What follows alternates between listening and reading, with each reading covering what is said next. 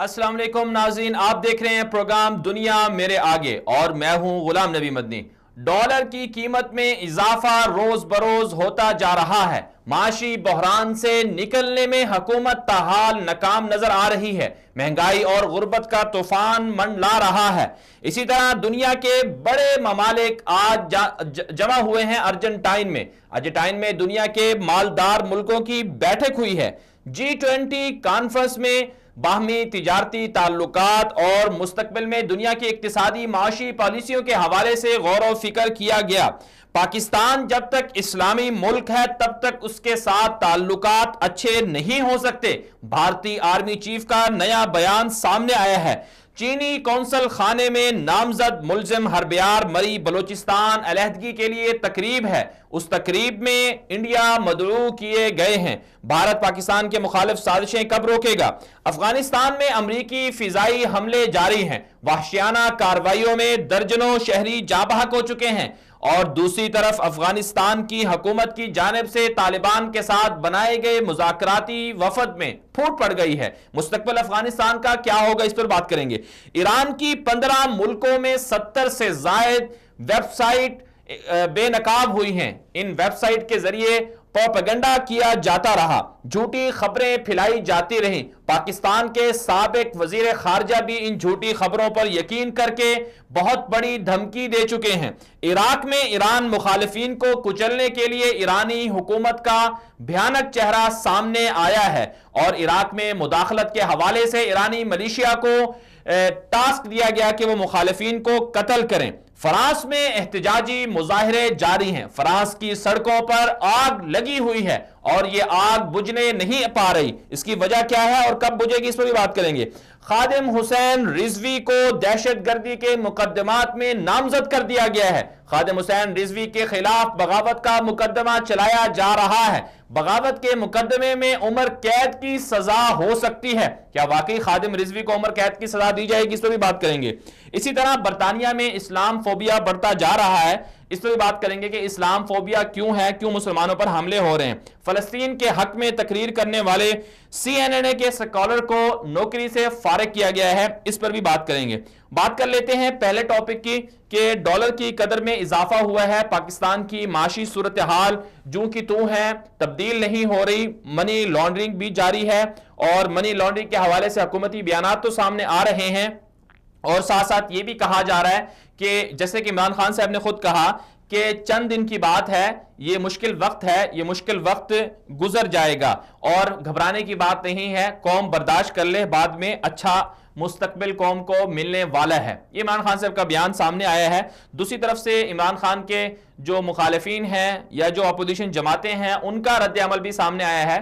कल नून लीग की तरफ से एक कॉन्फ्रेंस हुई और उसमें जो 100 दिन की कारकर्दगी थी उस हवाले से जो जो कमियां थी या जो जो चीजें जिनका वादा किया था वो पूरी नहीं कर सकी, उस पर बात की गई। और इसी तरह दूसरी तरफ से दुबई के अंदर जितादें भी सामने आ रही हैं। करप्शन के खिलाफ जो एहतिसाब का अमल है वो भी जारी है, लेकिन बहुत से लोग कह रहे हैं कि करप्ट माफिया के खिलाफ बिला तफरीक और शफाफ जो एहतिसाब होना चाहिए वो नहीं हो रहा। और इसके साथ साथ जेर बहस है, नए नए बयानात सामने आ रहे हैं कि इमरान खान साहब जो हैं वो आम लोगों की बात करते हैं, अंडे की बात करते हैं, कट्टे की बात करते हैं, इस तरह की चीजें बात करते हैं। इससे किस तरह से इकॉनमी अच्छी हो सकती है, इस पर तंज भी किए जा रहे हैं। और फिर अवाम के ऊपर गुर्बत और महंगाई का जो एक महंगाई का सिलसिला है वो भी बढ़ रहा है और अवाम गुर्बत में भी है और बेरोजगारी तो वैसे ही पाकिस्तान के अंदर बहुत ज्यादा है। तो ये हुकूमती जो इकदामात हैं, हुकूमत के जो फैसले हैं गुज़श्ता 100 दिनों के और आइंदा की जो पॉलिसियां हैं हुकूमत की, वो क्या इस काबिल हैं कि पाकिस्तान को माशी बहरानों से निकाल सकें? और क्या इस हुकूमत से ये तवक्को की जा सकती है कि ये हुकूमत पाकिस्तान की मईशत को मजबूत और मुस्तहकम कर सकेगी? पाकिस्तान के ऊपर जो कर्जों का बोझ है, उन कर्जों के बोझ के हवाले से हुकूमत क्या संजीदा है? और क्या वजीर खजाना जो असद उमर साहब हैं उन्होंने जो अपने दावे किए थे या जो कोशिशें कर रहे हैं, क्या उनकी कोशिशें कामयाब होंगी या नहीं होंगी? और इसी तरह फिर साथ साथ ये भी बात है कि दोस्त ममालिक से जो दौरे हुए, सऊदी अरब का दौरा हुआ, चीन का दौरा हुआ, मुत्तहिदा अरब इमारात का दौरा हुआ, मलेशिया का दौरा हुआ, तो इन दौरों से पाकिस्तान की इकोनॉमी को कितना फायदा हुआ और क्या इन दौरों से या मजीद इस तरह के दौरों से पाकिस्तान की इकोनॉमी या पाकिस्तान की मईशत अच्छी हो सकती है? और फिर सवाल यह भी है कि जो अपोजिशन जमातें हैं उनका क्या किरदार होना चाहिए, कि क्या वो किस तरह से हुकूमत के को इस बात पर मजबूर कर सकते हैं कि पाकिस्तान के माशी हालात को बेहतर करें। इसी वजह से मजीद बात कर लेते हैं। हमारे साथ अभी मौजूद हैं मारूफ एंकर पसंद जनाब जमील फारूकी साहब। जमील साहब, बहुत बहुत शुक्रिया, आपने वक्त दिया। ये फरमाइएगा कि डॉलर की कदर में इजाफा हुआ है, मईशत अच्छी नहीं हो रही, और इमरान खान साहब कह रहे हैं कि आप घबराएं नहीं, सारे हालात अच्छे हो जाएंगे। तो आप इस हवाले से क्या कहते हैं कि मौजूदा हुकूमत मईशत को मुस्तहकम और मजबूत कर पाएगी? सबसे पहले तो आपका बहुत शुक्रिया, आपने टेलीफोन लाइन पर मुझे लिया। पहली बात यह है कि रुपए की कदर को संभालना कोई रॉकेट साइंस नहीं है, कोई मुश्किल तरीन काम नहीं है। इतना मुश्किल काम नहीं है कि एक ऐसे शख्स जिसने अमेरिका से MBA किया हुआ हो और एक ऐसा शख्स जिसने एक कंपनी के CEO की हैसियत से उसके तमाम मामला को चलाया हुआ हो, वो रुपए की कदर को संभाल ना सके। अब ऐसी सूरत हाल में एक ही दिन में अगर 8 से 9 रुपए आपका डॉलर जंप करता है और उसकी जो कदर है वो बढ़ जाती है और आपका रुपया गिर जाता है, तो इसको कतई तौर पर आप नजरअंदाज कर नहीं सकते हैं। एक मुआशी मालूमात के हवाले से ये भी मैं आपको बताता चलूं कि Karachi stock exchange, Pakistan stock exchange को 4-5 लोग हैं जो कि हैंडल कर रहे होते हैं। ये कोई इतना बड़ा रॉकेट साइंस नहीं है जिसको समझना कोई बहुत मुश्किल चीज होती है। जब आपको हालात और वाकयात का अंदाजा ना हो और आपको इकोनॉमिक्स पर ग्रिप ना हो, तो आप इस तरह के इलॉजिकल आंसर्स देते हैं जिस तरह के असद उमर ने गुज़िश्ता रोज दिए हैं। बात इतनी सी है, once you are on the battlefield, once you are on the pitch, if you are opening batsman, अगर आप ओपन कर रहे हैं तो आप ये एक्सक्यूज ना दें कि मुझे आए हुए अभी 3 ओवर्स हुए हैं, 4 ओवर्स हुए हैं। आप ये कहें कि मुझे स्कोर करना है and you have to score. जब आप स्कोर करने की एबिलिटी नहीं रखते और आप बार बार आउट हो रहे हैं या बॉल्स मिस कर रहे हैं, इसका मतलब है कि आपके अंदर अहलियत नहीं है। अगर इसहाक डार साहब जैसा मुंशी टाइप का आदमी डॉलर की कदर को गिरा सकता है, रुपए की कदर को संभाल सकता है 4-7 तक के लिए, तो मेरा नहीं ख्याल कि ये कोई इतना बड़ा टास्क था जो कि इमरान खान साहब या उनकी कैबिनेट के लिए शायद मुश्किल होता। मेरे मतमा नजर में या मेरे तमाम तर डिटेल्स के मुताबिक ये वो तमाम मुहरकात हैं जो IMF से रिलेटेड हैं, आलमी मालियाती इदारे की शराइत से रिलेटेड है। हमने तकरीबन कोई 4 महीने पहले एक प्रोग्राम किया था, मैंने और औरिया मकबूल जान साहब ने। उसमें हमारी डिस्कशन इसी बात पर हुई थी कि क्या हम लोग IMF की तमाम शराइत मानने पर राजी हो जाएंगे। तो औरिया साहब ने कहा था कि ये पेश अज मर्ग वाबेला जैसी बात है, यानी मानने को तो हम तैयार नहीं हैं, लेकिन हम वो तमाम चीजें कर गुजरेंगे, उसके बाद जब हम शराइत की बात करेंगे तो हम कहेंगे हमने तो IMF की कोई शर्त मानी नहीं है, उन्होंने हमें जो कहा था वो हमने किया नहीं। यानी आपका डॉलर 142, 138, 142 पर चला गया, ठीक है। पेट्रोल की कीमतों में भी इजाफा हो रहा है, महंगाई रोज बरोज बढ़ रही है, रुपए की कदर गिर रही है। अब जब आप IMF के पास जाएंगे अपनी उनकी शरायत मानने के लिए, तो बाकी कुछ बचेगा ही नहीं। आप कहेंगे हाँ हमने तो इनकी कोई शर्त नहीं मानी है, क्योंकि डॉलर आपका ऑलरेडी 142 तक जा पहुंचा है। अब आप क्या शर्त मान के 200 तक पहुंचाएंगे उसको? ऐसा नहीं है। तो इन्होंने क्या किया है कि उनकी कंडीशंस पर ऑलमोस्ट एप्लीकेशन सारी कर दी हैं। इस मुल्क के अंदर तमाम चीजें IMF की शराइत के मुताबिक as per their terms and conditions apply हो चुकी हैं पिछले 2 महीने में। और उस एप्लीकेशन के बाद अब आप ये लोगों को लॉलीपॉप दे रहे हैं कि जी हम तो उनके साथ अभी हम उनकी शराइत पर नहीं मानने वाले। खान साहब की तरफ से भी कहा गया, बात इतनी है कि वो शराइत ऑलरेडी मेरे हिसाब से मान ली गई हैं, और उसके बाद अब जो भी मामला होंगे ये कहा जाएगा तो हमने तो उनके साथ अनकंडीशनल एक और बात किया है जी, हमें पैसे मिल रहे हैं। जी जमील साहब, एक और बात जो कही जाती है हुकूमत की तरफ से कि ये तो पहले की सूरत हाल है, पहले वालों का कसूर था, उनका हम भुगत रहे हैं, तो इसमें किस हद तक सदाकत है?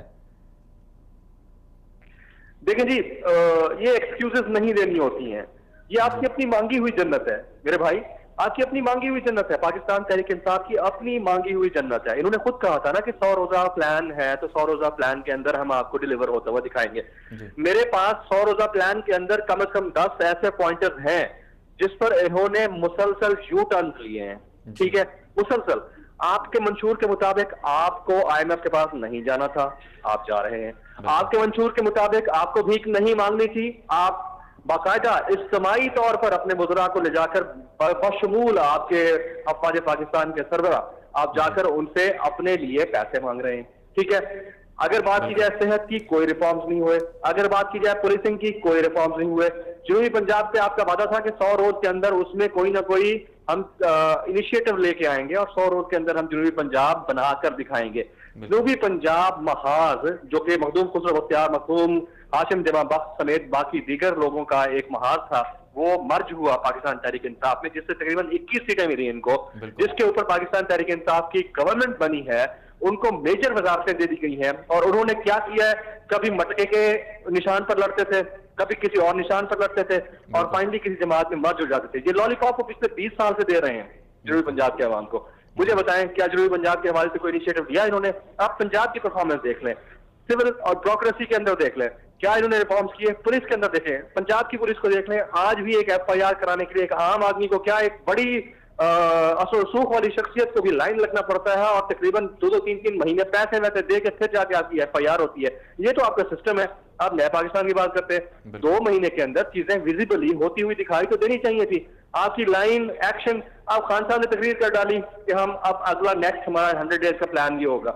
आपने वही बातें दोहरा दी जो आपने 100 डेज पहले कही थी। मैं खान साहब की इस तब्दीली का सबसे बड़ा शदाई हूँ। हमने बड़ा सपोर्ट किया पाकिस्तान तहरीक इंसाफ को, करना भी चाहिए था क्योंकि एक ही तरह का सेटअप चलता आ रहा था। हम चाहते थे कि लीडरशिप चेंज हो।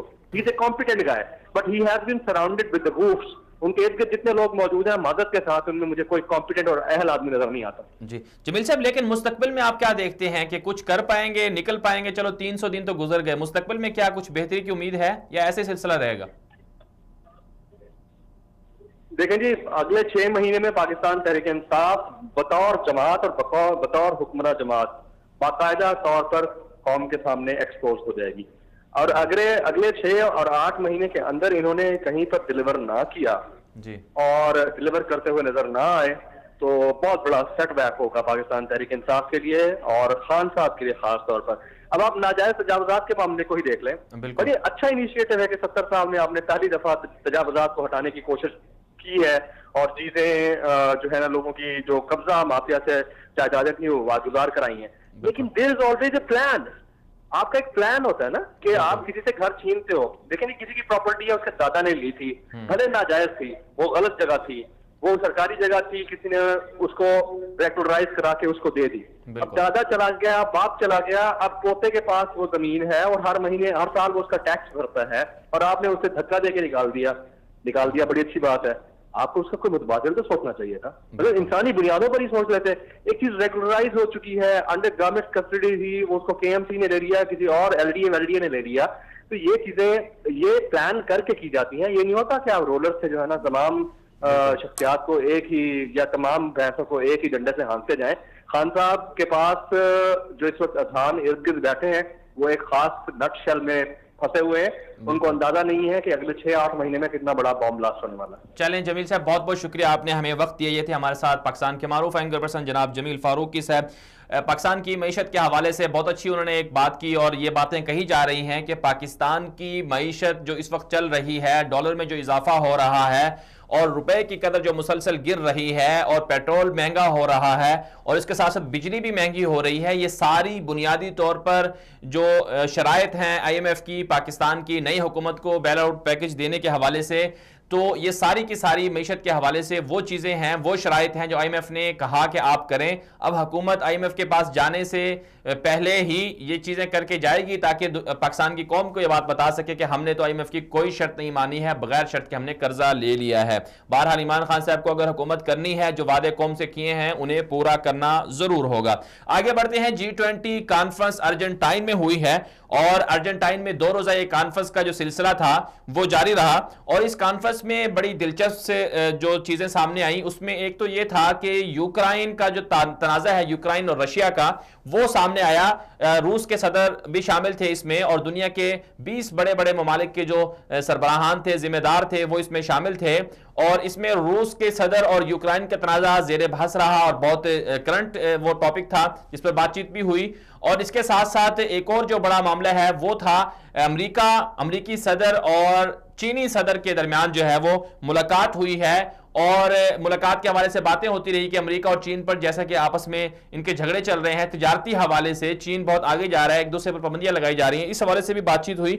तो G20 कॉन्फ्रेंस के जो अहदाफ क्या हैं, बुनियादी तौर पर किस मकसद के लिए ये बनाई गई है और इसके फैसले दुनिया पर किस तरह से असरअंदाज होते हैं, ये G20 ग्रुप है क्या, दुनिया के कितने मुल्कों के ऊपर इसका कंट्रोल है और कितनी दौलत इनके पास है, और फिर जो अभी जो कॉन्फ्रेंस हुई है अर्जेंटाइन में, इसके मुस्तकबिल पर असरात क्या पड़ेंगे, इसी हवाले से एक डॉक्यूमेंट्री है 24 उर्दू के पास, डॉक्यूमेंट्री देखिए, उसके बाद वापस आते हैं, हमारे साथ मेहमान भी होंगे, इस पर बात करेंगे कि जो अभी G20 कॉन्फ्रेंस हुई है इसके दुनिया पर किस तरह से असरात मुरत्तब होंगे। डॉक्यूमेंट्री देखिए, हमारे साथ रहिएगा।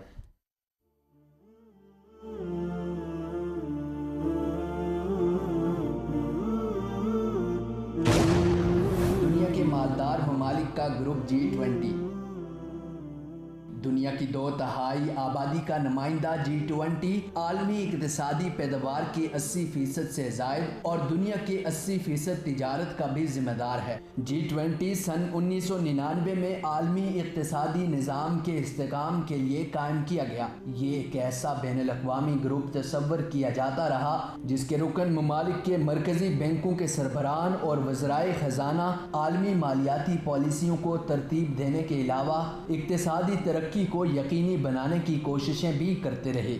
सन 2008 में इस ग्रुप के ढांचे में ड्रामाई तब्दीलियां भी लाई गई। इसी साल पहली मरतबा दुनिया की तरक्की याफ्ता और उभरती हुई बड़ी मईशतों के रहनुमाओं की पहली सरबराही कॉन्फ्रेंस अमेरिका में मुनक्किद हुई। सन 2008 में पहली G20 सरबराही कॉन्फ्रेंस का मकसद ये था कि रुकन ममालिक के सरबराहान ममलिकत व हुकूमत उस वक्त के आलमी मालियाती बहरान से निमटने की खातिर एक मुश्तरका हिकमत अमली पर इत्तेफाक कर सकें, क्योंकि उस वक्त के मालियाती बहरान के बाइस आलमी मालियाती निज़ाम शदीद मुतासिर हुआ था। सन 2009 में इस ग्रुप के रहनुमाओं ने फैसला किया कि G8 ग्रुप के इजलासों के बजाय आलमी इक्तिसादियात और सियासी मसाइल पर गुफ्तगू G20 कॉन्फ्रेंसों में की जाए। ताहम रूस की रुकनियत मुअत्तल किए जाने के बाद 8 का ग्रुप G7 में बदल गया, क्योंकि यूक्रेन के तनाज़े में मुबैना मुदाखलत और क्रीमिया को अपना हिस्सा बनाने पर सन 2014 में रूस की रुकनियत ख़त्म कर दी गई थी। सालाना बुनियादों पर G20 के रुकन ममालिक इस अहम फॉर्म की सदारत के फ़राइज़ अंजाम देते हैं।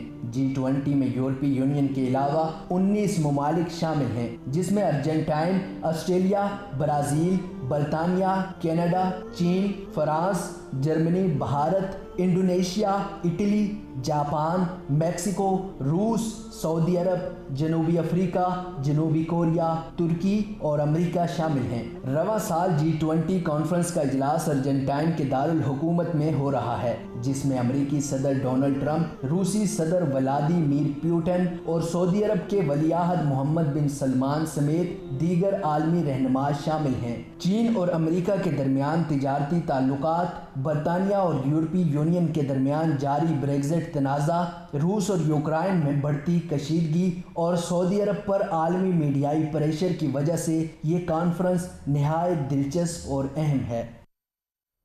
वेलकम बैक नाज़रीन। G20 कॉन्फ्रेंस के हवाले से उसका तारुफ और उसके अहदाफ और मकासद क्या हैं, इसी हवाले से आपने रिपोर्ट मुलाहिज़ा की। G20 कॉन्फ्रेंस में दुनिया के 19 बड़े बड़े ममालिक शामिल हैं और साथ साथ यूरोपीय यूनियन की तरफ से यूरोपीय कमीशन जो है नुमाइंदगी करता है, यूरोपीय यूनियन के जो तमाम ममालिक हैं वो भी शामिल होते हैं। बहरहाल जो कॉन्फ्रेंस हुई उसके अहदाफ क्या थे और दुनिया पर उसके असरात क्या मुरतब होंगे, इसी हवाले से मजीद बात कर लेते हैं। बरतानिया से हमारे साथ मौजूद हैं इस वक्त समीउल्लाह मलिक साहब, जो तज्ज़ियाकार भी हैं, सहाफ़ी भी हैं और बहुत सारी खिदमात सर अंजाम दे चुके हैं। समीउल्लाह साहब, बहुत बहुत शुक्रिया, आपने हमें वक्त दिया। यह फरमाइएगा कि G20 कॉन्फ्रेंस जो हुई है अर्जेंटाइन में, इसमें आप क्या समझते हैं, क्या पेशरफ्त हुई है? रूस और यूक्रेन का तनाज़ा भी चल रहा है, साथ में अमेरिका और चीन की माशी हवाले से जंग भी चल रही है और भी बहुत सारी चीज़ें हैं जिनमें इख्तलाफात हैं। और फिर आप क्या समझते हैं कि इन इख्तलाफात की रोशनी में ये कॉन्फ्रेंस किस हद तक कामयाब रही और फिर इसके मुस्तकबिल पर क्या असरात पड़ेंगे और दुनिया किस तरफ जाएगी?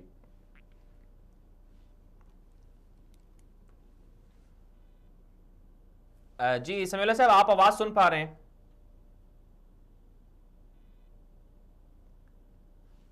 गालिबन कॉल ड्रॉप होगी। समीउल्लाह मलिक साहब से जानने की कोशिश करेंगे कि G20 कॉन्फ्रेंस के हवाले से जो फैसले किए गए हैं और इसी तरह जो मामलात सामने आ रहे हैं कि G20 कॉन्फ्रेंस में रशिया के जो सदर हैं उनसे अमेरिकी सदर ने मुलाकात भी मनसूख की है, और साथ साथ जो मज़ीद जो अमेरिका और चीन के साथ जो माशी हवाले से जो ताल्लुकात थे वो कशीदा थे, उस हवाले से कहा यह जा रहा है कि वो भी दूर हो गए हैं।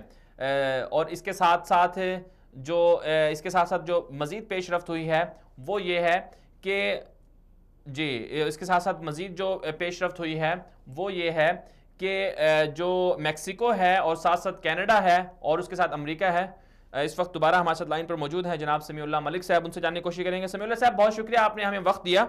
ये फरमाइएगा कि G20 कॉन्फ्रेंस जो हो रही है या ख़त्म हो चुकी है, तो उसके अहदाफ क्या हैं, दुनिया पर उसके असरात क्या मुरतब होंगे, और G20 के दुनिया के जो माशी हवाले से और दीगर फैसले हैं उन पर किस कदर असर रसूख होता है?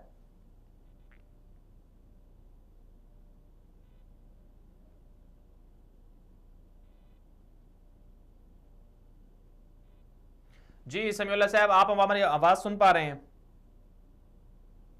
गालिबन राब्ता कनेक्ट नहीं हो रहा, दोबारा राब्ते की कोशिश करेंगे। इसमें जो मेक्सिको और कनाडा का मामला है और साथ साथ अमेरिका का जो मामला है वो बड़ा दिलचस्प है। दोनों के दरमियान में अख्तलाफात हैं, तीनों मामले एक दूसरे के साथ साथ रहते हैं, बिल्कुल करीब करीब हैं, पड़ोसी हैं आपस में। और मेक्सिको से जो मुहाजिरीन आते हैं अमेरिका में, अमेरिकी सदर ने उनको दाखिले से रोका हुआ है, वहाँ बाकायदा दीवार तामीर करने के हवाले से बातचीत चल रही है। तो मेक्सिको से अमेरिका दाखिले पर पाबंदी है और फिर तिजारती ताल्लुकात भी कशीदा रहते हैं। तो G20 कॉन्फ्रेंस के मौके पर अमेरिकी सदर ट्रंप के दरमियान में और इसी तरह जो मेक्सिको हैं उनके जो सदर हैं और इसी तरह जो कनाडा हैं उनके वज़ीर आज़म के दरमियान में आपस में माहिदे हुए हैं, एग्रीमेंट्स हुए हैं। और साथ साथ एक और दिलचस्प जो इस कॉन्फ्रेंस में जो सूरत हाल रही वो है सऊदी वली अहद मोहम्मद बिन सलमान की। मोहम्मद बिन सलमान चूँकि बहुत सारे जो एक सऊदी सहाफ़ी के कत्ल के हवाले से बहुत प्रेशराइज थे और सऊदी अरब पर काफ़ी प्रेशर था, आलमी मीडिया बड़ी बातें कर रहा था। तो जो मोहम्मद बिन सलमान हैं उन्होंने पहले अरब मुल्कों का दौरा किया, मुत्तहिद अरब इमारात गए और उसके बाद फिर वो बहरीन गए और बहरीन के बाद जो है मिस्र भी गए, ट्यूनिस भी गए और फिर वो अर्जेंटाइन पहुंचे। तो वहां पर दुनिया के बड़े बड़े ममालिक के दरमियान मोहम्मद बिन सलमान बैठे उनके दरमियान में और G20 कॉन्फ्रेंस में शरीक हुए। और सबसे बड़ी दिलचस्प बात यह है कि जब वो रूसी सदर से मुलाकात की तो बड़ी गर्मजोशी के साथ उन्होंने मुसाफा किया और उस मुसाफे पर बड़ी तनकीद भी की जा रही है कि किस तरह से उन्होंने एक दूसरे को हाथ मारा है। और फिर साथ साथ जो मोहम्मद बिन सलमान की अमेरिकी सदर से भी मुलाकात हुई और चीनी सदर से भी मुलाकात हुई और बरतानवी जो वज़ीर आज़म हैं उनसे भी मुलाकात हुई और इसी तरह जो इंडिया के जो वज़ीर आज़म हैं नरेंद्र मोदी, उनसे भी मुलाकात हुई है। तो अब ये कहा यह जा रहा है कि आलमी दुनिया में जो सऊदी अरब के हवाले से बातें की जा रही थी वो किसी हद तक ज़ायल हो गई हैं। और उन्होंने भी कहा है, मोहम्मद बिन सलमान ने भी कहा है कि हमारी तरफ से जो कोशिशें हैं सहाफ़ी के हवाले से जो तहकीकात हैं वो चल रही हैं और प्रोपेगेंडा किया जा रहा है। बिलखुसूस फ्रांस ने भी कहा कि मैंने आपके बारे में ऐसी, फ्रांस के जो वज़ीर आज़म थे उन्होंने भी कहा कि हमने आपके बारे में कुछ ऐसी बातें कही थी जो हमें नहीं कहनी चाहिए थी। बाकायदा एक मुलाकात भी हुई है उनके दरमियान में। तो ये कॉन्फ्रेंस इस लिहाज से बड़ी दिलचस्प रही कि एक तरफ से रूसी सदर जो हैं वो मीडिया की नज़रों में और सबकी नज़रों में आ रहे थे और साथ साथ मोहम्मद बिन सलमान भी नज़रों में आ रहे थे और उसके साथ साथ जो हैं वो फिर जो अमेरिकी सदर हैं और इसी तरह चीनी जो सदर हैं उनके दरमियान जो मुलाकात हुई वो भी बड़ी दिलचस्प रही। और इसके साथ साथ जो एक और दिलचस्प बात है वो ये है कि मोहम्मद बिन सलमान ने नरेंद्र मोदी से भी मुलाकात की है और भारत के साथ भारत ने कहा कि हमें पेट्रोल की ज़रूरत है, पेट्रोलियम की जो ज़रूरियात हैं वो हम सऊदी अरब से पूरी करेंगे। और सऊदी अरब की तरफ से भी कहा गया, मोहम्मद बिन सलमान की तरफ से, उनके वफद की तरफ से भी कहा गया, भारत को यकीन दहानी करवाई गई है कि वो ज़रूर सऊदी अरब की सरमायाकारी करेगा भारत के अंदर और साथ साथ जो है पेट्रोलियम और दीगर जो तिजारती ताल्लुकात हैं उनको अच्छे तरीके से आगे लेके जाया जाएगा। लेकिन दूसरी तरफ से पाकिस्तान का जो G20 कॉन्फ्रेंस में अदम शमूलियत है उसकी बड़ी वजह इकॉनमी के लिहाज से पाकिस्तान बहुत पीछे है और इसके साथ साथ जो दुनिया के बड़े तरक्की याफ्ता ममालिक हैं उनमें चूंकि शुमार नहीं है तो बहुत सारे ममालिक दीगर भी नहीं है, मलेशिया जैसे नहीं है और इसी तरह दुनिया के बहुत सारे ममालिक हैं वो इस कानून में शामिल नहीं है। अगरचे दावा ये किया जाता है कि दुनिया के 80% जो ममालिक 80% जो इक्तिसादी तौर पर पावरफुल ममालिक हैं जिनके पास 80% वसाइल हैं उन्हीं को इस कॉन्फ्रेंस में इस ग्रुप में शामिल किया जाता है। बहरहाल ये एक G20 का ये मुख्तसर सा एक अहवाल था, जिस हवाले से अब इसके नताइज क्या निकलेंगे, मुस्तकबिल में क्या असरात होंगे इस पर, तो मुस्तकबिल में ही पता चलेगा कि क्या मुस्तकबिल में इसके फैसले से इनके जो असरात हैं कॉन्फ्रेंस से वो अच्छे रहते हैं। बहरहाल आगे बढ़ते हैं। पाकिस्तान के खिलाफ भारतीय आर्मी चीफ का नया बयान सामने आया है।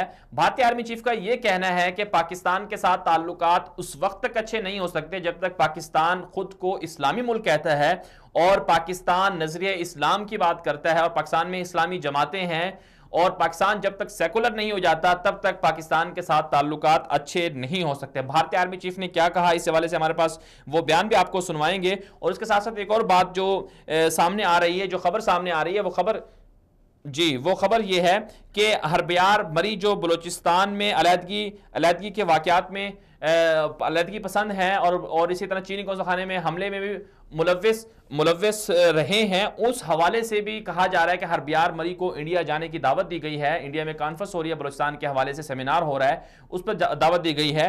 तो बलूचिस्तान, एक तरफ पाकिस्तान ने करतारपुर बॉर्डर खोल दिया, भारत के साथ दोस्ती का हाथ बढ़ा दिया, दूसरी तरफ से इंडिया अपने मुल्क के अंदर जो अलहदगी पसंद बलोच हैं उनको बुलाकर दावत दे रहा है, बलूचिस्तान की अलहदगी के हवाले से बातें कर रहा है। इस पर भी हम आपको दिखाएंगे कि मोदी और इंडिया का बलूचिस्तान के हवाले से क्या नजरिया है। इससे पहले कि भारतीय आर्मी चीफ ने क्या कहा वो सुन लेते हैं, उसके बाद वापस आते हैं। हमारे साथ मेहमान भी होंगे और ये मकबूल जान साहब, उनसे भी जानने की कोशिश करेंगे कि ये बयान किस पस मंजर में दिया गया है। पाकिस्तान को अपनी अंदरूनी हालत देखनी होगी। पाकिस्तान ने अपने स्टेट को इस्लामिक स्टेट बना दिया। If they have to stay together with India, then they have to develop as a secular state. हम लोग secular state हैं. How can we stay together if you say I am an Islamic state and there is no role for anybody else? We are a secular state. So for us to stay together, both of us will have to become secular. If they are willing to become secular like us, then I think there seems to be an opportunity. पर पहले देखें करते हैं कि नहीं करते हैं. Trust generate करने के लिए you cannot keep making these statements. So I think one step from there should come in a positive manner. तभी हम कुछ कार्रवाई देखेंगे, ग्राउंड पे देखेंगे। अगर उस वन स्टेप का इफेक्ट हुआ है ग्राउंड पे या नहीं हुआ है, हम तभी कार्रवाई करेंगे। तब तक तो हमारे देश की बड़ी क्लियर पॉलिसी है, टेरर एंड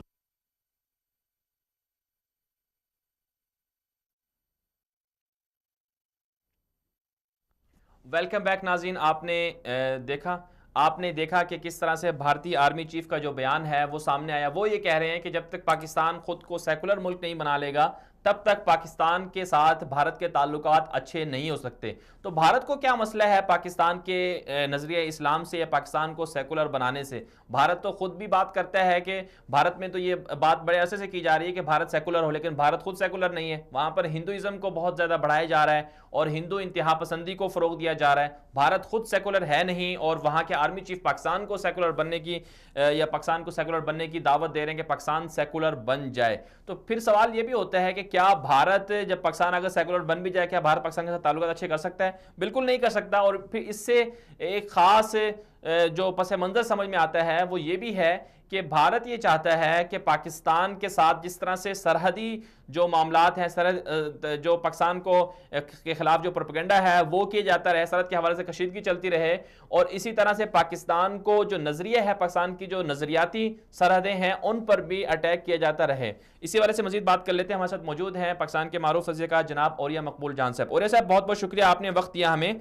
यह फरमाइएगा कि भारतीय आर्मी चीफ का नया बयान सामने आया है कि पाकिस्तान जब तक सेकुलर नहीं बन जाता तब तक पाकिस्तान के साथ भारत के ताल्लुकात अच्छे नहीं हो सकते। तो आप इस हवाले से क्या कहेंगे कि क्या उनका ये बयान किस पस मंजर में आया है, और खुद भारत सेकुलर है नहीं और वहां पर सेकुलरिज्म है नहीं, तो पाकिस्तान को वो दावत दे रहे? देखिए, पहली बात तो यह है कि वो अपने आप को एक डिकॉय तो उनका है कि हम सेकुलर हैं, जबकि वो इस वक्त मुकम्मल तौर पर एक हिंदू अक्सरियती जमात की हैसियत से एक हिंदू आमरीत में ढल चुका हुआ है। और जमहूरियत की एक सबसे बड़ी खराबी है कि इसे कहा जाता है अक्सरियत की आमरीत होती है।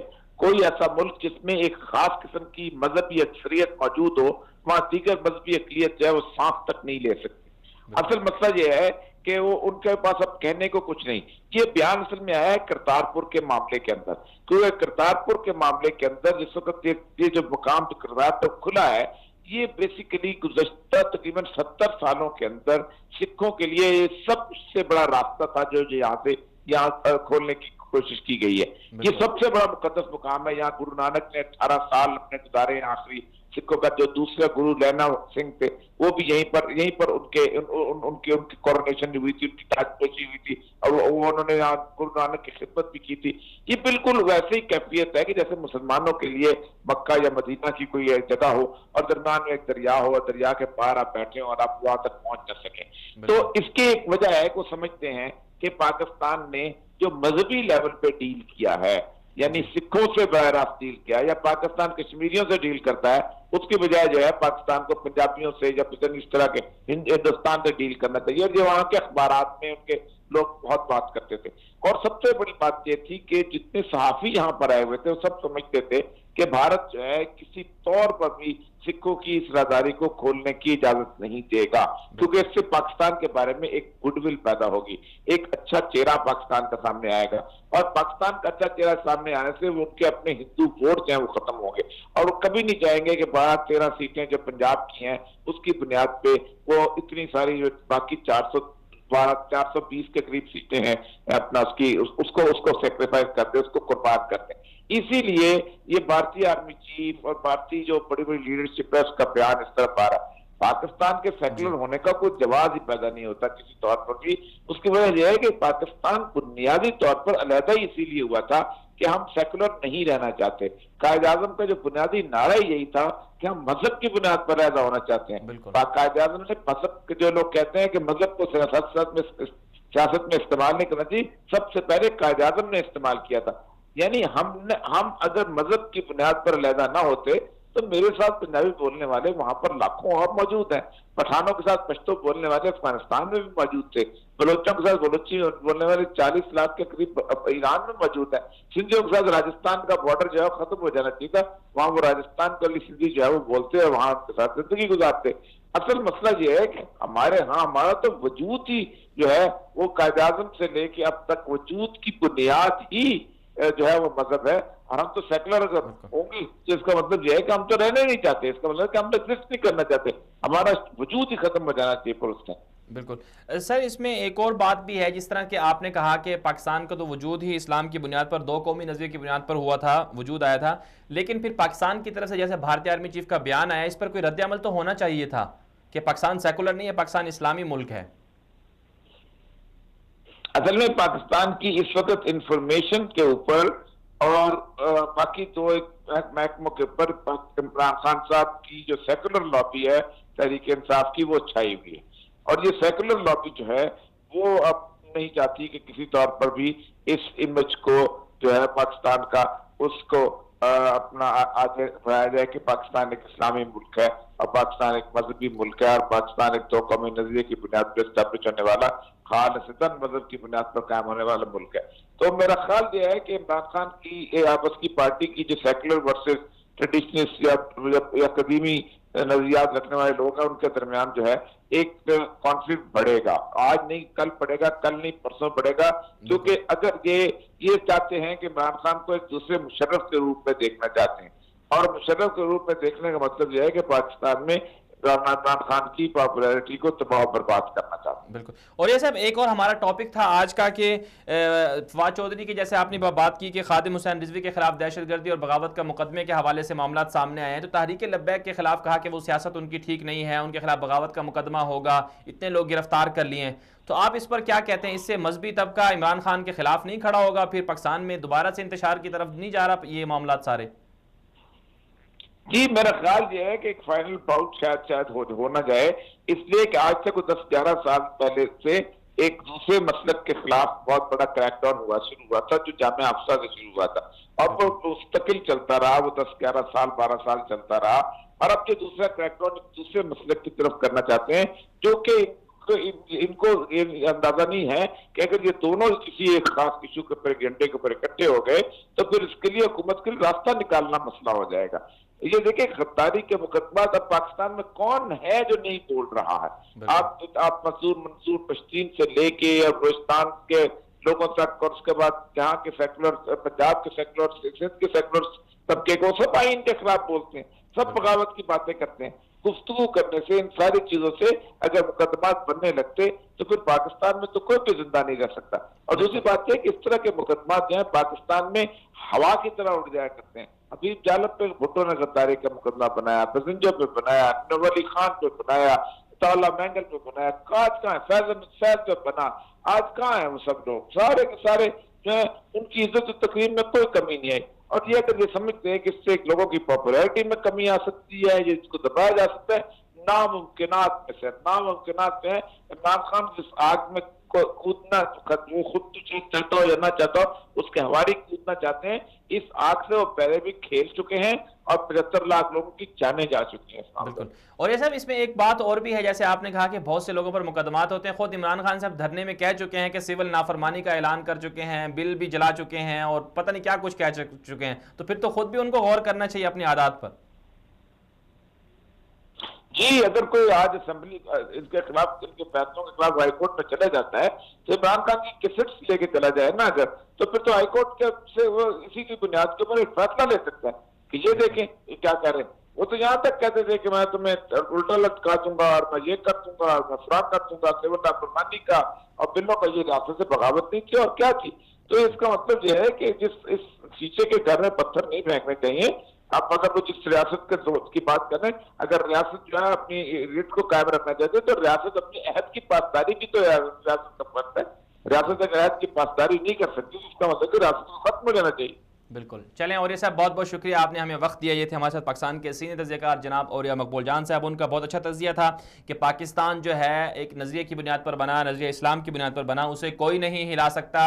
और भारतीय आर्मी चीफ का जो बयान सामने आया है वो बिल्कुल दुरुस्त नहीं है और उसके खिलाफ जो रद्द-ए-अमल देना चाहिए था हुकूमत की तरफ से वो नहीं दिया गया। फवाद चौधरी या इसी तरह इंफॉर्मेशन के हवाले से दीगर वज़रा हैं, उनको इस पर कंडेम करना चाहिए था कि उन्होंने किस तरह से कह दिया है कि पाकिस्तान एक सेकुलर मुल्क है। जब भारत आर्मी चीफ जब ये कहता है कि पाकिस्तान पर वो हमला करेंगे तो उसके जवाब में हर बंदा बोलता है, लेकिन जब भारत पाकिस्तान की नजरियाती सरहदों पर हमले की बात करता है उस वक्त कोई नहीं बोलता। ये बड़ा अफसोसनाक वाकया है, बहुत अफसोसनाक बात है कि पाकिस्तान की तरफ से इसका जो जवाब था वो देना चाहिए था, पाकिस्तान ने इसका जवाब नहीं दिया। भारतीय आर्मी चीफ ये कह रहे हैं कि पाकिस्तान सेकुलर बन जाए, पाकिस्तान के साथ ताल्लुकात अच्छे नहीं हो सकते, लेकिन पाकिस्तान की तरफ से कोई इसका रद्द-ए-अमल नहीं दिया गया। कम अज कम ये तो कह दिया जाता है कि कायद-ए-आज़म रहमहुल्लाह ने जो पाकिस्तान बनाने का ख्वाब देखा था या जो वादा किया था या जो बनाया था वो सेकुलर पाकिस्तान नहीं था, बल्कि वो पाकिस्तान इस्लामी पाकिस्तान था।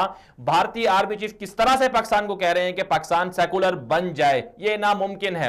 मगर बदकिस्मती से किसी भी हुकूमती वजीर की तरफ से, किसी भी जिम्मेदार की तरफ से ऐसा कोई भी जवाब सामने नहीं आया। एक और खबर शामिल कर लेते हैं जिसमें ये खबरें सामने आ रही हैं कि पाकिस्तान तो भारत के साथ दोस्ती के और इसी तरह ताल्लुकात अच्छे करने की बातें कर रहा है, लेकिन भारत जो है वो पाकिस्तान को अंदरूनी तौर पर कमजोर करने के पीछे लगा हुआ है। और बलूचिस्तान में जिस तरह से तखरीबकार आए, कुलभूषण यादव के सिलसिले में चीनी कौंसल खाने पर जिस तरह से हमला हुआ, बलूचिस्तान में जो अलैदगी पसंद, शिद्दत पसंद लोग हैं उनको बुलाया जाता है और उनको उनकी फंडिंग की जाती है। और बलूचिस्तान के हवाले से इंडिया क्या सोचता है, क्या करता है, उसका नजरिया क्या है, ये आप इस वीडियो में भी देख सकते हैं।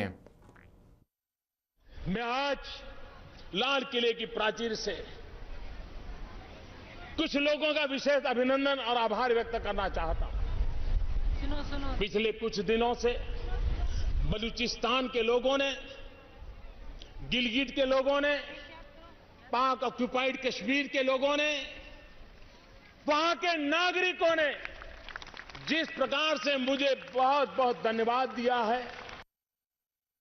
वेलकम बैक नाज़रीन, आपने देखा कि मोदी जो है बलूचिस्तान की बात करता है, बलूचिस्तान को अलहदा करने की बात करता है और फिर जो खबर सामने आ रही है वो हरबयार मरी के हवाले से सामने आ रही है कि इंडिया के अंदर कॉन्फ्रेंस होने जा रही है, सेमिनार होने जा रहा है बलूचिस्तान के हवाले से, बलूचिस्तान को अलहदा करने के हवाले से। उसमें उस शख्स को बुलाया जाता है जिस शख्स पर इल्ज़ाम है कि चीनी कौंसल खाने का मास्टरमाइंड वही है और उसी ने सब कार्रवाई की और उसी ने ये पूरा का पूरा प्लान किया।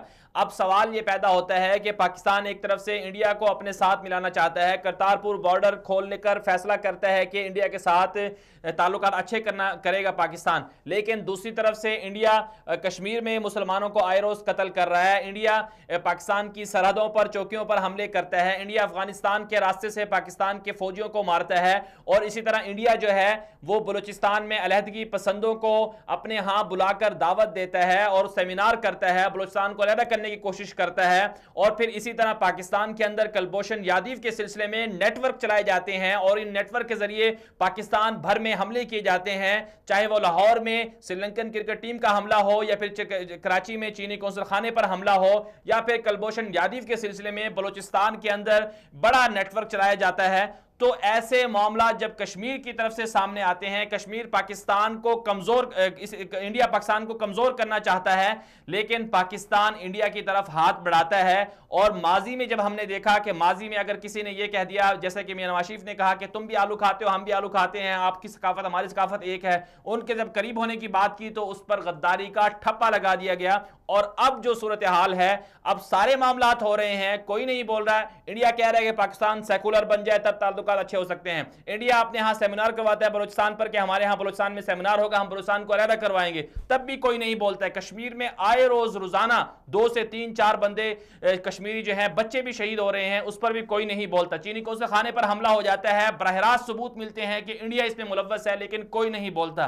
तो पाकिस्तान किस तरफ जा रहा है, इस पर पाकिस्तानियों को सोचना चाहिए। बहरहाल एक मुख्तसर सी ब्रेक लेंगे, ब्रेक के बाद वापस आएंगे और बात करेंगे अफगानिस्तान में वहशियाना कार्रवाइयों के हवाले से, और इसी तरह ईरान की 70 से ज़ायद वेबसाइट सामने आई हैं जो प्रोपेगेंडा और झूठी खबरें फैलाने में मुलव्वस हैं। इस पर बात करेंगे, लेकिन एक मुख्तसर सी ब्रेक के बाद।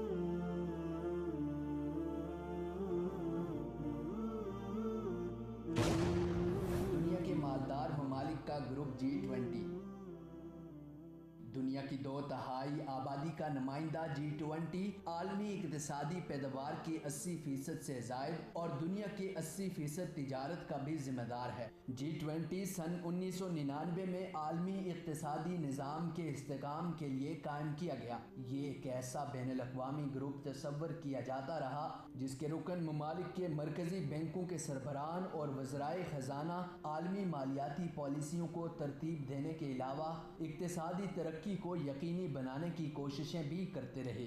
सन 2008 में इस ग्रुप के ढांचे में ड्रामाई तब्दीलियां भी लाई गई। इसी साल पहली मर्तबा दुनिया की तरक्की याफ्ता और उभरती हुई बड़ी मईशतों के रहनुमाओं की पहली सरबराही कॉन्फ्रेंस अमेरिका में मुनक्किद हुई। सन 2008 में पहली G20 सरबराही कॉन्फ्रेंस का मकसद ये था कि रुकन ममालिक के सरबराहान ममलिकत व हुकूमत उस वक्त के आलमी मालियाती बहरान से निमटने की खातिर एक मुश्तरका हिकमत अमली पर इत्तेफाक कर सकें, क्योंकि उस वक्त के मालियाती बहरान के बाइस आलमी मालियाती निज़ाम शदीद मुतासिर हुआ था। सन 2009 में इस ग्रुप के रहनुमाओं ने फैसला किया कि G8 ग्रुप के इजलासों के बजाय आलमी इक्तिसादियात और सियासी मसाइल पर गुफ्तगू G20 कॉन्फ्रेंसों में की जाए। ताहम रूस की रुकनियत मुअत्तल किए जाने के बाद 8 का ग्रुप G7 में बदल गया, क्योंकि यूक्रेन के तनाज़े में मुबैना मुदाखलत और क्रीमिया को अपना हिस्सा बनाने पर सन 2014 में रूस की रुकनियत ख़त्म कर दी गई थी। सालाना बुनियादों पर G20 के रुकन ममालिक इस अहम फॉर्म की सदारत के फ़राइज़ अंजाम देते हैं। G20 में यूरोपीय यूनियन के अलावा 19 ममालिक शामिल हैं, जिसमें अर्जेंटाइन। वेलकम बैक नाज़रीन, बात करेंगे ईरान की 15 से ज़ायद मुल्कों में 70 से ज़ायद वेबसाइटें मंजरे आम पर आई हैं। इन वेबसाइटों के ज़रिए खबरें फैलाई जाती हैं, प्रोपेगेंडा किया जाता है और अपने अहदाफ और मखसूस ईरानी नज़रियात के फ़रोग के लिए कोशिशें की जाती हैं। और ये दुनिया की बड़ी एक न्यूज़ एजेंसी रॉयटर्स की तरफ से ये दावा सामने आया कि 70 से ज़ायद वेबसाइट्स ऐसी चल रही हैं ईरान की जो मुख्तलिफ ममालिक में अपने अहदाफ के लिए काम कर रही हैं। मज़ीद बात कर लेते हैं, हमारे साथ इस वक्त मौजूद हैं सीनियर तज़कियाकार माहिर मशरक़ उमूर मुस्ता जनाब अहमद कुरैशी साहब। अहमद साहब, बहुत बहुत शुक्रिया, आपने हमें वक्त दिया। ये फरमाइएगा, जो ईरान की जो वेबसाइटों का इंकिशाफ हुआ है कि मुख्तलिफ ममालिक में अपने अहदाफ के लिए, अपने मुख्तलिफ मकासद के लिए ये वेबसाइटें काम कर रही हैं और बसा औक़ात झूठी खबरें भी फैलाई जाती हैं, और ये कहा जा रहा है कि पाकिस्तान के साबिक़ वज़ीर ख़ारजा आसिफ साहब भी इन्हीं खबरों की वजह से कह चुके थे कि वो इसराइल पर एटमी हमला कर सकते हैं। तो इस हवाले से आप मज़ीद क्या कहेंगे? बिल्कुल, ये बहुत बड़ा इंकिशाफ था और इस पे क्रेडिट जो है इस इंकिशाफ का वो एक्चुअली ट्विटर जो कंपनी है, अमेरिकी कंपनी सोशल मीडिया की, उसकी इंतज़ामिया को जाता है। आपको पता है कि वहाँ पे फेसबुक और ट्विटर और गूगल जो है वो तहकीकात कर रहे हैं फेक न्यूज़ के हवाले से और रशियन मुदाखलत के हवाले से, और इसी ज़िमन में जो है उन्हें ये बहुत बड़ी, इसको अंग्रेजी में कहते हैं ट्रोल फैक्ट्री या ट्रोल फार्म, जहाँ पे फेक अकाउंट्स और फेक न्यूज़ की वेबसाइट्स बनाई जाती हैं। तो वो रशियन एक्टिविटीज़ की तहकीकात करते करते उन्हें एक बहुत बड़ा ये प्रोजेक्ट ईरान का या ईरानी हुकूमत का जो है वो भी सामने आ गया।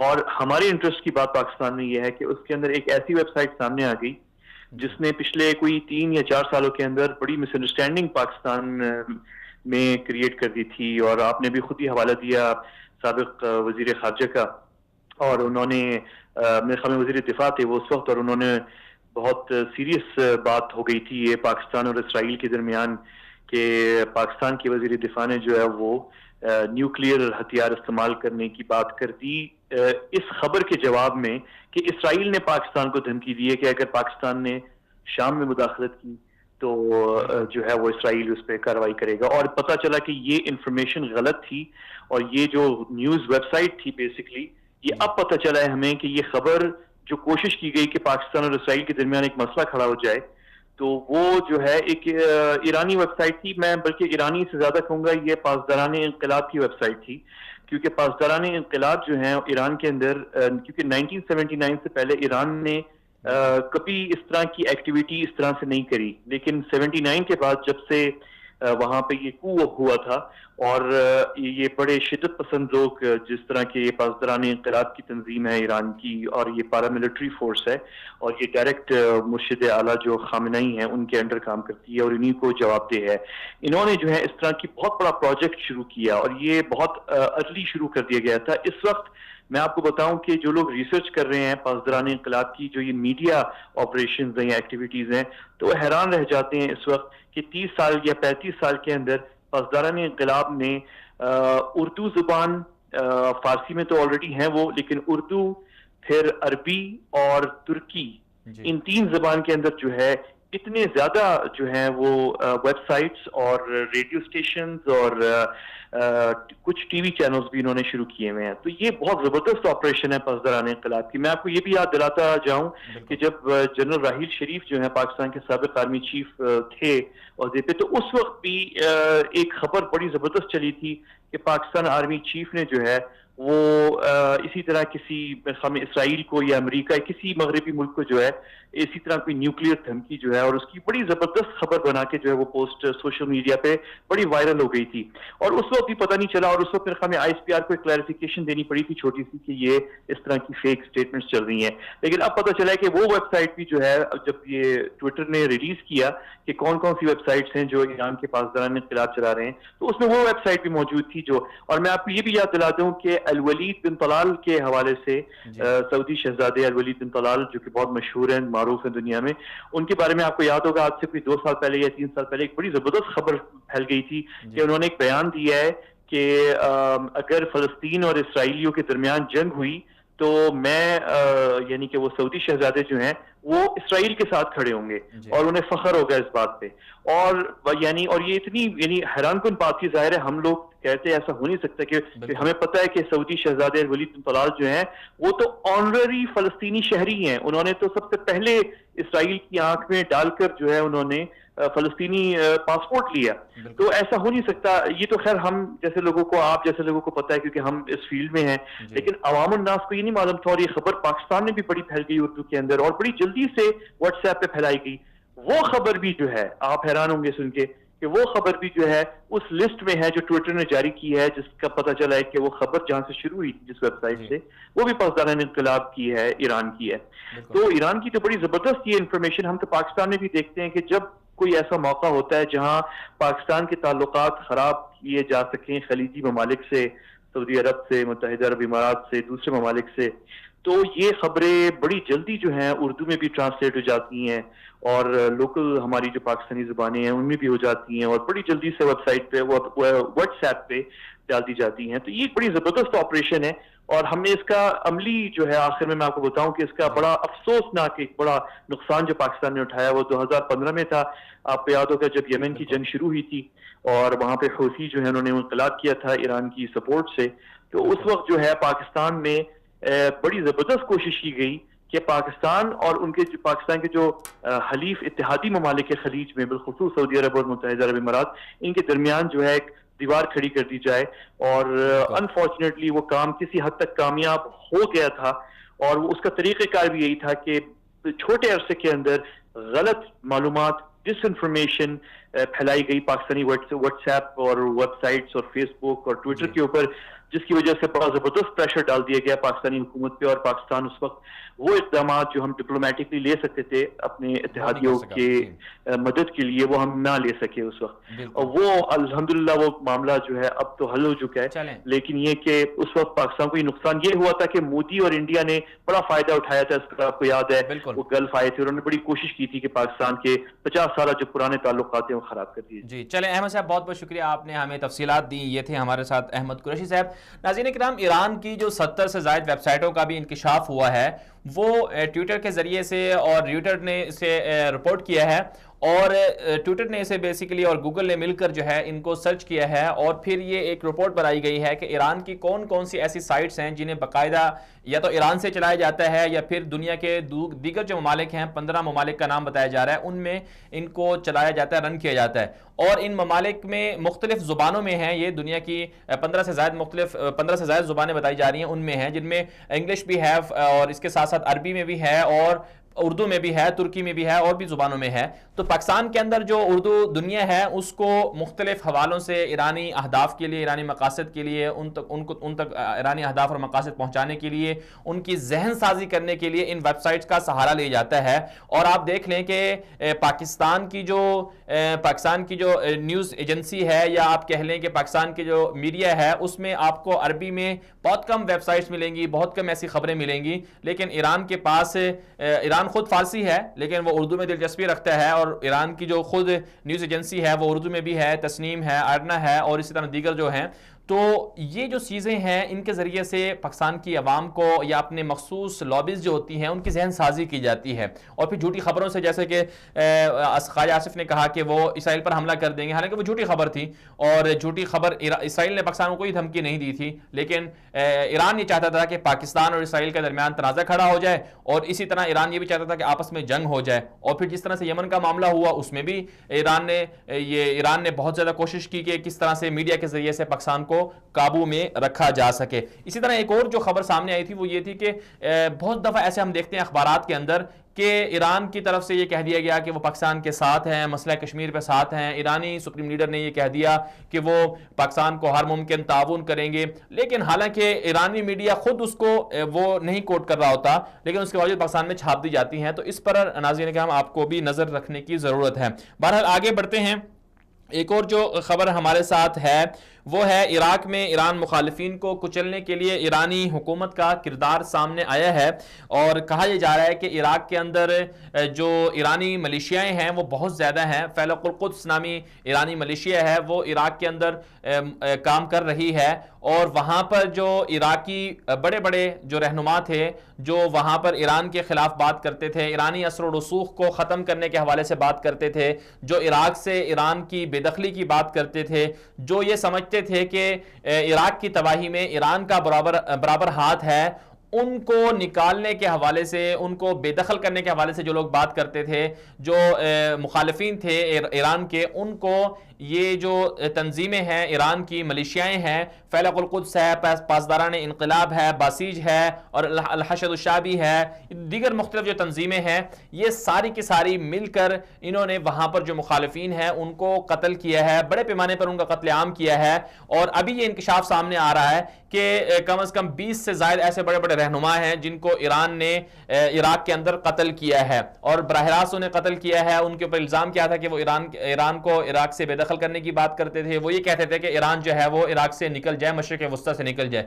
तो ईरान का जो भयानक चेहरा है इसे एक्सपोज होना चाहिए, दुनिया के सामने आना चाहिए कि मशरिक़ वस्ता में किस तरह से ईरान अपने अहदाफ को निशाना बनाता है और किस तरह से अपने मुखालिफिन को कत्ल करवाने में किस हद तक आगे जाता है। एक और खबर शामिल करेंगे, फ्रांस से ये खबर है हमारे पास कि फ्रांस में एहतजाजी मुजाहरे हो रहे हैं और हुकूमत और मुजाहिरीन आमने सामने हैं। इन एहतजाजी मुजाहरों का जो सिलसिला है वो पिछले 1 महीने से तकरीबन जारी है, वक्फे से एहतजाजी मुजाहरे हो रहे हैं। आज जो है फ्रांस की सड़कों पर इस कदर एहतजाज हुआ कि फ्रांस की बड़ी बड़ी जो मार्केटें हैं वो सारी की सारी बंद हैं और 200 से ज़ायद जो लोग हैं मुजाहिरीन को गिरफ्तार कर लिया गया, गाड़ियां जला दी गई हैं, दर्जन से ज़ायद जो हैं वो गाड़ियां फ्रांस के अंदर जला दी गई हैं।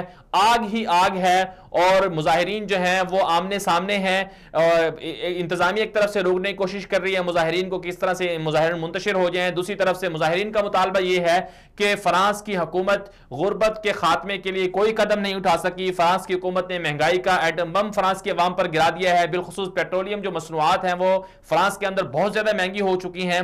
यही वजह है कि ये एहतजाजी मुजाहरे जो गुज़श्ता कई रोज से जारी थे, वक्फे से हो रहे हैं। आज भी जो बड़ा मुजाहरा हुआ वो फ्रांस के अंदर पेरिस के अंदर हुआ और पेरिस की सड़कों पर देखा गया कि आग लगी हुई है, इमारतों में आग लगा दी गई और उसी तरह गाड़ियों को जला दिया गया और कोई वहां पर सरगर्मी नहीं है और फ्रांस पूरा का पूरा जाम है। तो ये सूरत हाल है फ्रांस की। ये वो फ्रांस है जो एक वक्त में इस कदर ताकतवर हुआ करता था कि दुनिया पर इसकी हुक्मरानी थी, दुनिया के बड़े बड़े ममालिक में इसका असर रसूख था और आज ये हालत है कि वहां पर आग लगी हुई है और वो जो फ्रांस दुनिया के दीगर मुल्कों में खुद जाके आग लगाता था, आज खुद वो उसी आग का शिकार है। महंगाई और बेरोजगारी, गुर्बत ये अगरचे वक्ती होती हैं लेकिन असल जो माजी का जो किरदार होता है, माजी की जो पॉलिसियां होती हैं वो इसमें बड़ी हद तक जो है वो असरअंदाज होती हैं। एक और खबर शामिल करेंगे फ़लस्तीन से कि फ़लस्तीन के हक में तकरीर करने वाले CNN के स्कॉलर को नौकरी से फारिग कर दिया गया है। अमरीकी जो मीडिया है वो बुनियादी तौर पर इसराइल नवाज है, इसराइल से फंडिंग उन्हें मिलती है और इसी फंडिंग के जरिए से वो अपने मामूलात को आगे बढ़ाते हैं, चलाते हैं। और तो इसराइल की फ़लस्तीन के हवाले से, फ़लस्तीन की हिमायत के हवाले से एक कॉन्फ्रेंस थी। उस कॉन्फ्रेंस में CNN के जो स्कॉलर थे, जो रिपोर्टर थे, CNN दुनिया का बड़ा मशहूर, अमेरिका का बड़ा मशहूर जो है मीडिया नेटवर्क है, उसके एक स्कॉलर ने बयान दे दिया फ़लस्तीन की हिमायत में। फ़लस्तीन की हिमायत में जब उन्होंने बयान दिया तो इस पर उन्हें बगैर किसी शोकॉज नोटिस के उन्हें नौकरी से बर्खास्त कर दिया गया।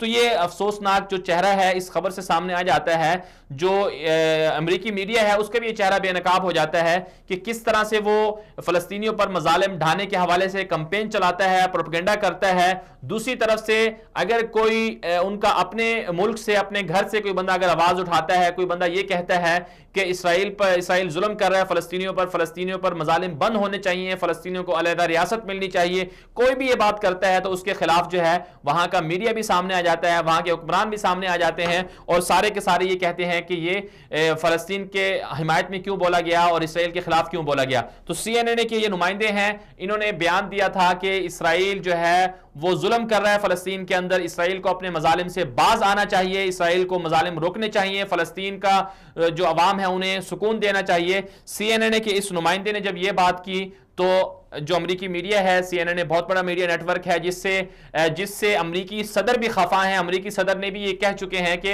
CNN के मुकाबले में कोई ऐसा मीडिया होना चाहिए जो इसका मुकाबला करे। प्रोपेगेंडे में जो मशहूर है CNN उसके रिपोर्टर थे, इनको बर्खास्त कर दिया गया, नौकरी से हटा दिया गया। वजह यह थी कि उन्होंने फ़लस्तीन की हिमायत में बयान दिया है। तो ये अमरीकी मीडिया का चेहरा है जो दुनिया के सामने एक्सपोज हुआ है। बहरहाल आज के दुनिया में आगे प्रोग्राम के लिए जो स्टोरीज थी आज के लिए इतना ही। इजाजत दीजिए, अल्लाह हाफिज।